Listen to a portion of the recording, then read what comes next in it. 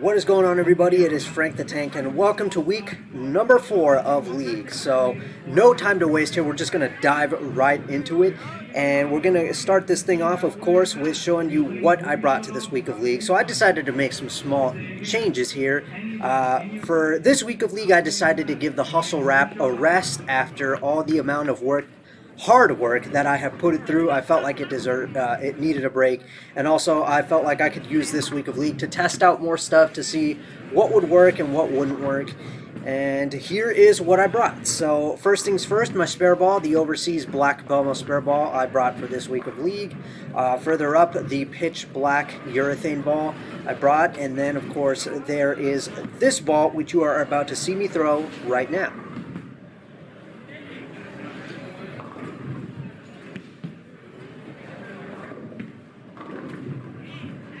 Okay shot, light hit obviously, but I got away with it. That then there was the IQ Tour Solid or IQ Tour Edition, whatever floats your boat.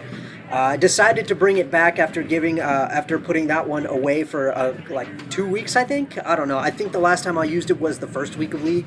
I decided to bring it back because I don't know. I guess you could say I had this hunch. I felt like it was time to bring it back. And yeah, it served me quite well on this night. You're going to see what it did for me. And of course, moving further up, I had the Rubicon UC2, which I recently had punched up. But I had a fantastic look with it in a practice session that I had a few days before this. So I figured, you know what the heck, let's bring it to this week of League and see how it does. I'll talk about it a little bit later. And then in case nothing else will work, I had my old reliable packed for this week of League, the Nuclear Cell. And then, of course, last but not least, the most aggressive ball in the bag that I have been packing all these weeks is the Dark Code, because that ball, I feel I can, if that whole right half from like 20 to from board 1 to board 20, if that section of the lane starts to dry up, I know I can avoid all of that by using the Dark Code, because I'm standing on, I believe, let's see, 20, 25, on board 30. So I can definitely get away from everybody and still have some oil there to play with the Dark Code. So always got to have that. That's why I pack the Pitch Black, and that's why I always have the Dark Code, and of course the spare ball. Those are like the three that I feel like I should always have packed in case I run into any problems. And of course my Nuclear Cell, my good old reliable, will always be there because it always bails me out no matter what.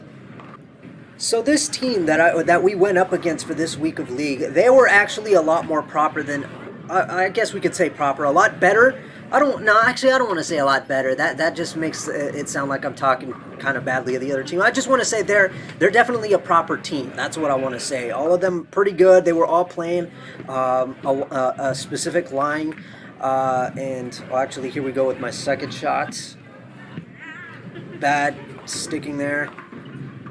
Left the 9, I believe. I don't know if that's the 6. No, I think that's the 6. But anyway, yeah, this team, I kept in mind what kind of line they were playing, and they were all on the right side of the lane, so I knew I had to kind of be careful with that, because I was using the IQ Tour Solid, and I was standing on board 20, so I was definitely within their area as well. So I knew that part of the lane is definitely going to have some serious traffic, and take a look at that. Skinny jeans, and they fit just right. So yeah, of course, I don't have to know what my team is doing, since I already know what they like to do. One of them plays on, well, both of them, two of them play on the right side of the lane. One goes directly into the pocket. The other, you guys know, very slow down the lane, but on that right side of the lane, slowly letting the ball hook into the pocket. And then another one obviously throws their ball like straight down the lane, but not necessarily straight down the lane, but you guys know what I mean. No line, just wherever that ball goes. But the opposing team, they definitely were all on the right side of the lane. So I knew, okay, I had to be very careful. I definitely had to pay like 210% attention to my ball reaction. And I felt like I may have to move away from the IQ Tour Solid after game 2. I wasn't sure, but all I had to do was just keep trying to execute good shots, repeating the same thing to see what would happen and how long I could keep that line. So here I go for frame 3. Form looking a little wonky there again, and not so great of a shot. I know for a fact that that was left of target, obviously, because you can see the where it entered when it hit the pins. And leaving, I believe that's the 3 and the 6. And you are about to see throughout this video, like 2 or 3 times, why if you have an overseas Belmo spare ball, whether it's the black one or the white one or the gold one, you need to get them polished, because I don't know if it's here actually. Let me see. No, that doesn't show it. Okay, you're going to see. I'm going to show you guys some examples of why you need to get this bowling ball polished from the get-go. All right, 4th frame, right lane.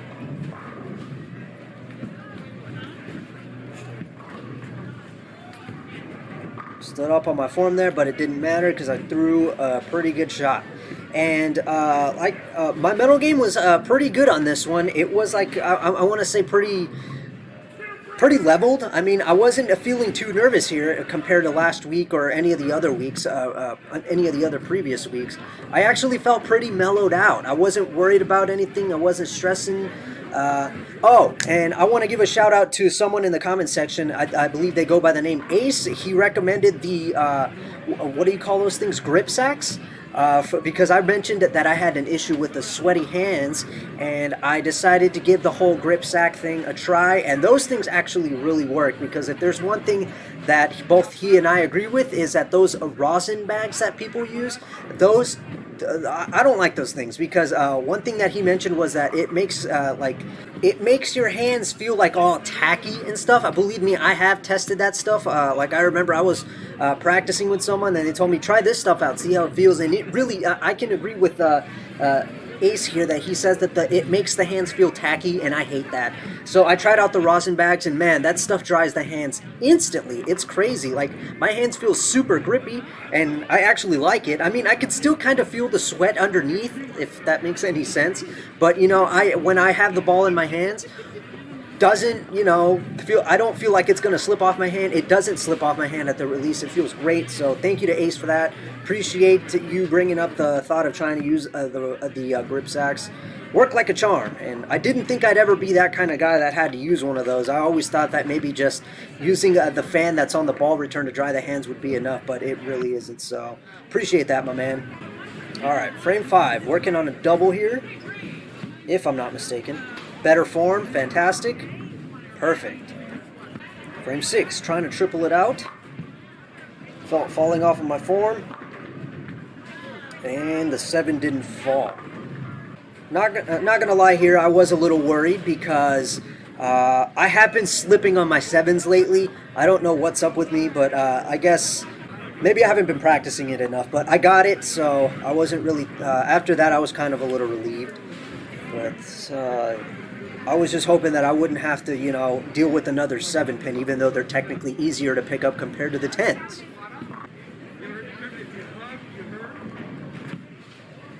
Now that's what I'm talking about. That is what I'm talking about. Great shot, great form. That's all you can do.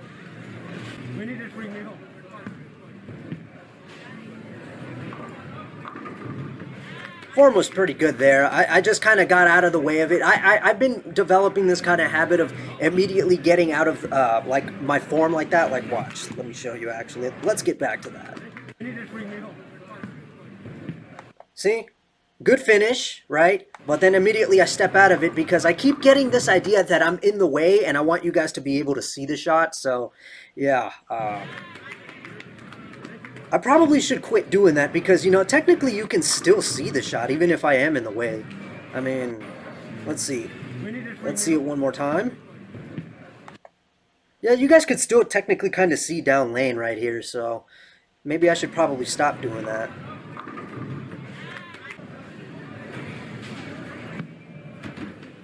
That's another good one. And so, well, the form was good, but the shot was not. I mean, that was a lucky one. Got a lucky break there. Another light hit that led to a strike. You saw my reaction, and I knew. I was like, dude, that was a close call. All right, so I do believe we are up on the 10th frame now. I already lost track of where I was. Yeah, horrible form. Another light hit, and yeah, like, the reaction kind of says it all. fell off on the shot. I stayed like that right there. Like, let's see, actually. Let's go back on it. See, I stayed like that until the ball hit the pins because I knew, okay, I fell out of it, but watch the shot because obviously, I remember somebody pointed out to me that you should pay attention all the time from the beginning to the end. Watch your ball reaction. Don't worry about nothing else. Don't worry about the scores. Don't worry about what you need to do. Worry about your ball reaction because that's what's most important. That's exactly what I did in this shot. I fell off, but immediately looked like, okay, watch the ball. Look what you did wrong. Look what you did right. And I knew what I did wrong there. Obviously, the 9-pin was left, so a lot of angle through the pins. But that's only because I set it up to do that. It wasn't because of where I was standing. But there you go. 9 spare to finish off the 10th frame. That's a 236. Really great way to start things out as we move on to game 2. Alright, so addressing some other stuff from last week that was said. My man, Fernando, he left me a comment saying that he's pretty sure that I'll beat his personal best in league, which is 266. He's actually had a couple runs at 300 already. I believe he's had like 2 or 3 runs at 300, and he told me that it is very, very nerve-wracking because I remember the first time that he did it, I think he had like 7 or 8 in a row, and people started gathering around, and that's what really made him nervous, and that's what screwed him up. I don't know what that's like, obviously, because I've never made a run for 300 in league, but that it makes sense why he's had a couple. I mean, he's been bowling way longer than I have, so it wouldn't surprise me if he got the perfect game in league before I did. For those of you who are wondering, I have not gotten, obviously I've never gotten a 300 game in league. I've only done it in practice. But yeah, Fern right now holds the personal best, the highest between the two of us. 266, as I mentioned in last week of league, my highest is 255 right now. But he thinks it won't be long until I beat that 266. I don't know. I know that I don't. Who knows? Because he's currently in league as of this moment as well, and he could beat that too at any moment. So I really got to step up my game here. I mean, I know for a fact that I hold highest series between the both of us, which is that what was it, 697? So I don't know. This is definitely going to make it interesting between the two of us. All right, here we go, beginning of game 2. I decided to make a ball change here. I switched off the IQ Tour Solid on the right lane because of my lack of striking on this lane right at the very end. That right there that you just saw, that was that Rubicon UC2 that I recently had punched up.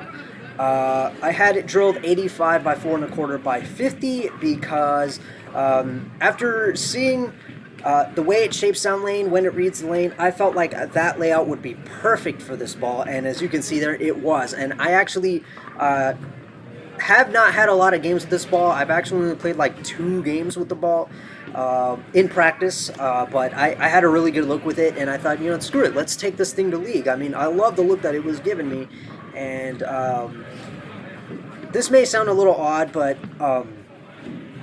I felt like this ball had something of a similar reaction to the nuclear cell. Not like insanely similar, but like it was somewhat close.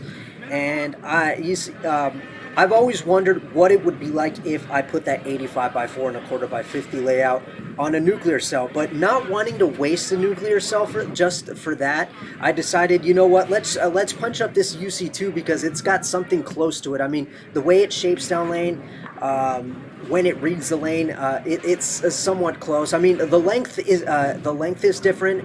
The shape is almost similar. The only difference is that the nuclear cell has some kind of a kick to it when it's changing direction. The UC2 has a much cleaner change of direction. It's not as quick around the corner, but you know, it's the closest thing I could get. So I figured, you know what, let's punch up this UC2, put up an 85 by 4 1/4 by 50 layout on it, and that could give me an idea of what would happen if I took a nuclear cell and put that layout on it. Because, you know, who knows? I don't want to take the risk of putting that because I feel like maybe it might work, maybe it might not. It's kind of a gamble. And right now, I have the nuclear cell that I currently have right now has the pin above the ring finger.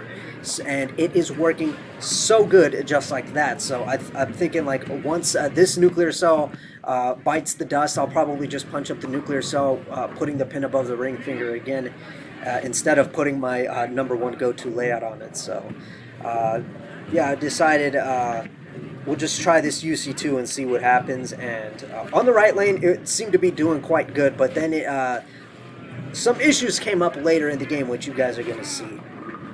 So continuing to experiment with the UC2, I decided to put the IQ Tour Solid away just for this, just to test out how the UC2 was going to be on the left lane. Obviously, it was good on the right, and you can see it really hooked a lot, and it left me a 3-6-10. So instantly, I felt like, okay, this ball will work good on the right lane, but not so great on the left lane, and I don't know that I want to take the chance of continuing to waste frames. Oh, and here's the problem that I told you guys about the Belmo spare ball. Look at this. See that? I guarantee you that if I was using the original Belmo spare ball, it wouldn't have curved like that, but this one did.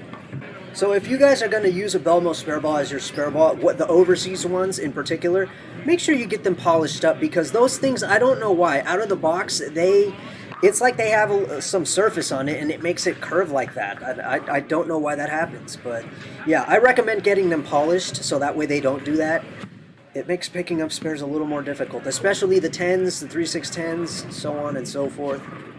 So yeah, another thing I didn't mention, I wanted to get away from that right part of the lane and move more left because of, obviously, like I said before, everybody's on the right side of the lane. They're creating too much traffic, it's going to dry up quicker, so I figured why not just move away from that now and pick up this UC2.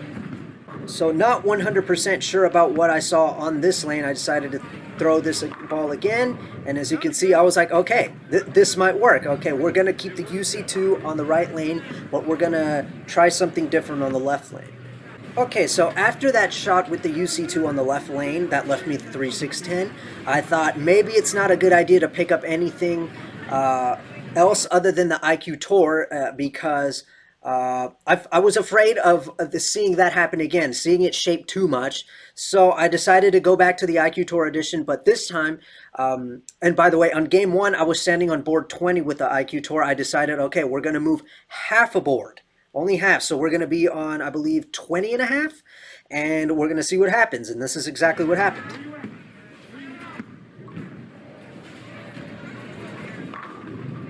All 10 back. So that's when I decided, okay, Rubicon UC2 on the right, IQ Tour on the left.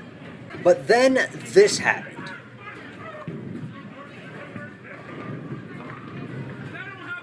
See, the ball got around the corner real quick and didn't make it to the pocket. And as a result, I had, I believe, what is the 3 and the 9. So then I had to start thinking about something else here.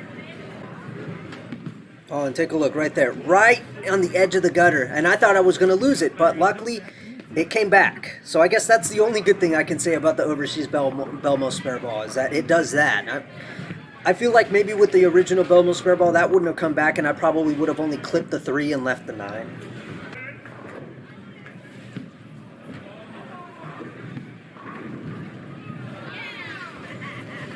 Alright, so after that shot, I thought, okay, now we gotta move to 21 instead of 20 and a half. So moving another half board, because that was lucky, let's admit. I mean, I left the 9, luckily something came and got it, but that means obviously that the ball is hooking through the pocket with a little too much angle, so gotta make that move. Okay, so I gotta apologize for what happens here. Look, this was fortunate, look. The dude just took his ball, slammed it into the rack where you can put extra bowling balls, and it caused my camera to collapse. Luckily, you still got to see the shot, because I was having that problem all night where this guy was just taking his ball, slamming it down into the rack, and it was causing my camera to collapse, and I kept having to readjust it like so. But, man, I got very fortunate that you guys were able to at least see that one.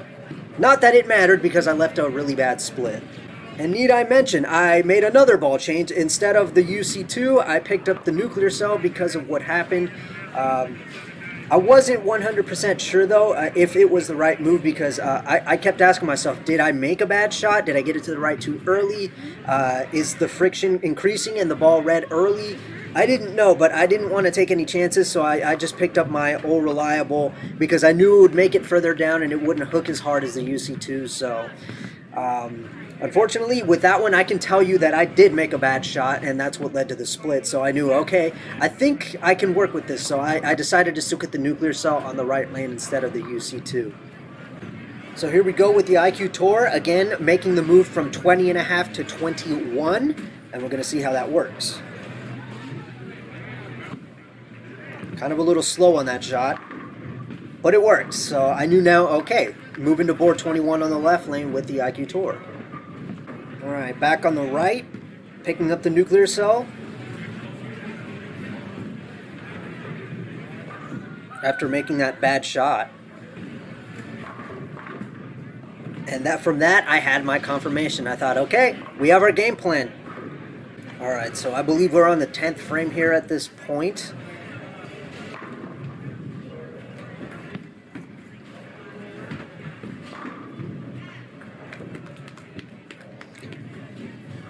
Now, I know a lot of you pointed out that I shouldn't be doing this, but I was doing the math, and I was paying attention to what I needed to get, what my max score was, if I, and I know I shouldn't do that because I know a lot of you said that can really get to my head and that can really screw me up, but I did it, and I don't know why, but I did it. I guess temptation got to me, and I knew I needed to strike out because I was in danger of not getting over 200 for this game, but I knew I needed to get all strikes if I wanted to do that.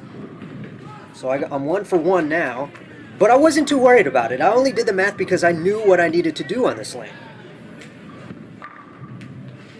So although I planted there, well, I didn't plant there, I stuck and then I kind of hopped, like Sean Maldonado.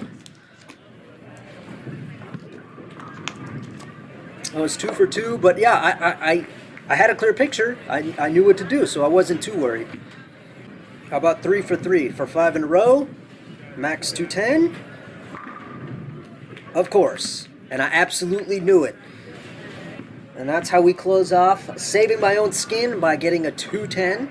So not as good as game 1, but still, I saved my own skin by striking out, getting the back 5 for 210. As we move on to game 3. So here we go, game 3, continuing with the same tactic. IQ Tour on the left, nuclear cell on the right. Good form. And the ball stayed, luckily. And you could actually see there with that shot on the left lane that the ball looked like it wanted to overhook, but it held. Luckily for me. Ball went high there, left the 4. And I think it was after this shot that I made another half-board move. And I think I was on board 23 here. So I told myself, okay, for the next shot on the right lane, I'm going to go to 23.5. Spare shooting was pretty good on this night.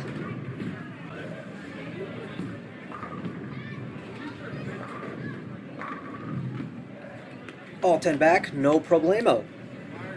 Alright, as I said, 23.5 after being on 23. Let's see the result. There you go. God bless you, whoever told me about making the half-board moves, even though I had already known about it. But still, though, I will say, thank you for reminding me of it, because I will admit, I didn't think to do that here. I guess that that thought had slipped my mind, and then when you brought up that comment about making half-board moves, I was like, oh yeah, I forgot about that. So thank you for bringing that back to my mind. Good Lord, almost fell into the lane.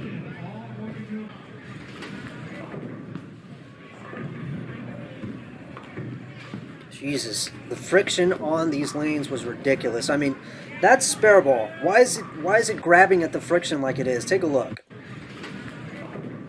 There it goes. Right there. It starts to grab and it goes directly at the 9-pin. It goes and goes like, and then it just... Unbelievable. Look at that. Spare ball shouldn't do that, but this one does. And if you're wondering, yes, I did polish up this spare ball, but apparently that did it no good. Now this here, I would say, is probably one of the best shots of the night, and here's why. Held it until it left the pin deck, but sadly you couldn't really see it because a certain somebody had to get in the way of it. Okay, so it was at this point in the game where I started to run into trouble, and you're going to see right now.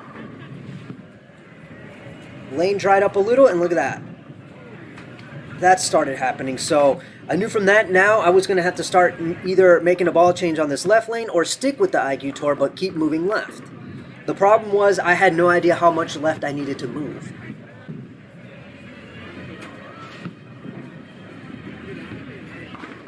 Unfortunately, I couldn't make that, and you guys know I've made that split a ton of times on my channel. Couldn't do it on this one. And part of that reason was because of that part of the lane down there was very dry. I didn't even know where to stand. I mean, where I usually stand for this, I knew it wasn't going to work because of how dry it was. So I knew I was going to have to move many boards left. I didn't know how many. It was just a guess, but it still didn't work. So now as we go into the 8th frame, I believe, after splitting in the 7th,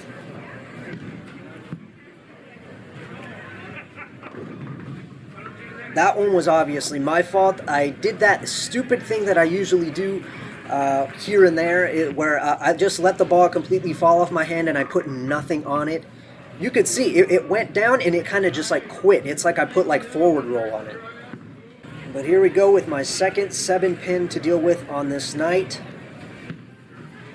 No problem at all.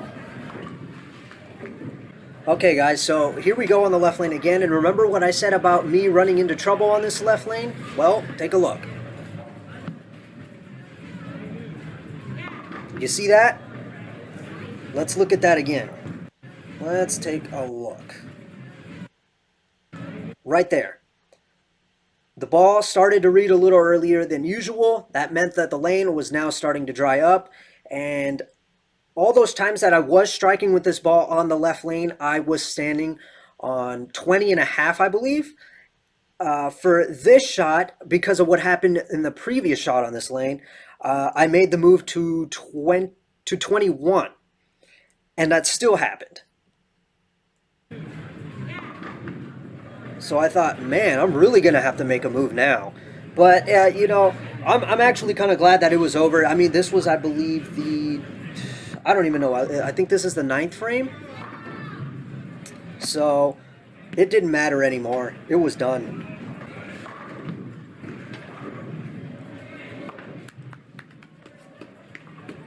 I could have chopped on that, but luckily both of them fell over. Okay, 10th and final frame to finish. Now, believe me when I tell you, though, if I had another go at that left lane, I probably would have picked up the dart code because, you know, obviously nobody was playing on that part of the lane, and I would have had oil to get the ball down there. So, luckily that part was over. So, back on the right lane to finish off the 10th frame. And, again, me being an idiot and paying attention to the scores, I knew that I was in danger of not finishing over 200, and I knew what I needed to do in order to get that. But because I had my old reliable in my hands, and because I knew that line that I was playing, I wasn't worried about it. So we went 1 for 1 on the 10th. Oh, and look at this. I'd screwed up. Walked away. Nice mess up. Okay, so for that shot, I ended up making 2 mistakes, and somehow they ended up becoming something of a positive result, if that makes any sense. So here's what happened. I let go of the ball the wrong way. I set it up to have more of a forward roll type of effect, which means that when it would get down there, it would hook, but then it would kind of quit. So I set it up to go towards the 3-6, I guess you could say. And another error that I made is, take a look here. Right there. Oops, sorry about that. Hold on again. Right there. To the right too early. But because of that forward roll that I gave it, it didn't overhook. Got back to the pocket. So 2 mistakes ended up giving me a strike. I walked away from it thinking, oh, terrible shot. Nice job, Frank. You blew it. But I knew now with that strike I had over 200, so I was going to finish another league night with all 3 games over 200. And I believe that would give me a result of, I don't even know, I can't even do the math.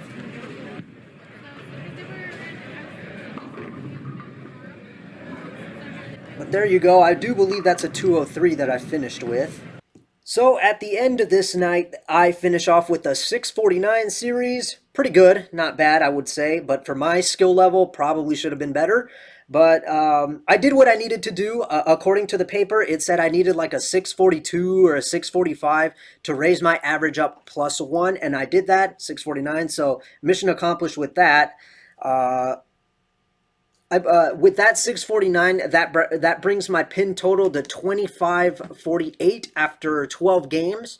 So that means that my average right now, after 4 weeks, uh, is it 4 weeks? I don't even know. But after let's see, 2548 divided by 12, that brings me to 212.3. So we're still over 200 average. That's great, but that doesn't really mean anything because it's still too early to call. Once I bowled like 20 plus games, then we can see what my average is. And yeah, I'm just glad that I'm actually capable of going over 200. I know still too early to call, but we'll see. Another decent night done. Now we await next week. So thank you guys for watching. That was week number 4 or number 5. I don't even know. I'm lost. But anyway, thank you guys for watching. Hope you guys enjoyed. See you next week.